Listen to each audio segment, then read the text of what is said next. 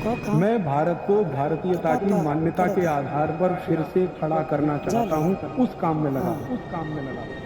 वो ये कहते हैं कि सुबह और शाम को अगर जो आप ये दोनों नियम पालन नहीं कर पाते किसी कारण से, करें तो बहुत अच्छा, नहीं कर पाते तो वो ये कहते हैं कि 10 मिनट के लिए वज्रासन में जरूर बैठ जाए, सुबह और शाम दोनों। सुबह का नियम अगर आप पालन नहीं कर पाते, माने विश्रांति नहीं ले पा रहे किसी कारण से, और शाम का भी नियम पालन नहीं कर पा रहे हैं, 2 घंटे तक आपको सोना नहीं है किसी भी कारण से, कारण कुछ भी हो, तो वो ये कहते हैं वज्रासन में जरूर बैठें 10 मिनट। वज्रासन आप सब समझते हैं, ये ऐसे पैर पीछे करके 10 मिनट बैठ जाइए, खाने के बाद, सुबह भी और शाम को भी।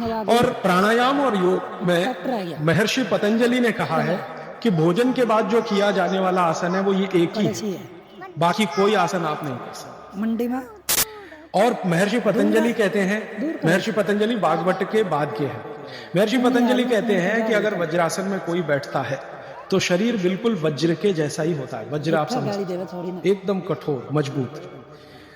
अब मैंने हिंदुस्तान के कई लोगों को देखा, गांधी जी को तो मेरे आंखों से नहीं देखा, शोभाकांत जी ने देखा है। गांधी जी घंटों घंटों वज्रासन में बैठते, घंटों घंटों।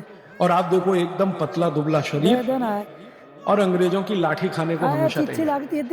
वो वज्रासन की कृपा है गांधी जी। गांधी जी कोई आसन नहीं करते थे, कोई प्राणायाम नहीं करते थे, सुबह घूमने जरूर जाते थे, लेकिन हमेशा ये वज्रासन में जब मौका मिला बैठ गए, जब मौका मिला बैठ गए। और घंटों घंटों 3-3 घंटे तो लोगों ने उनको देखा बिना हिले डुले वज्रासन में बैठ के चिट्ठी लिख रहे हैं, किताब पढ़ रहे हैं वगैरह।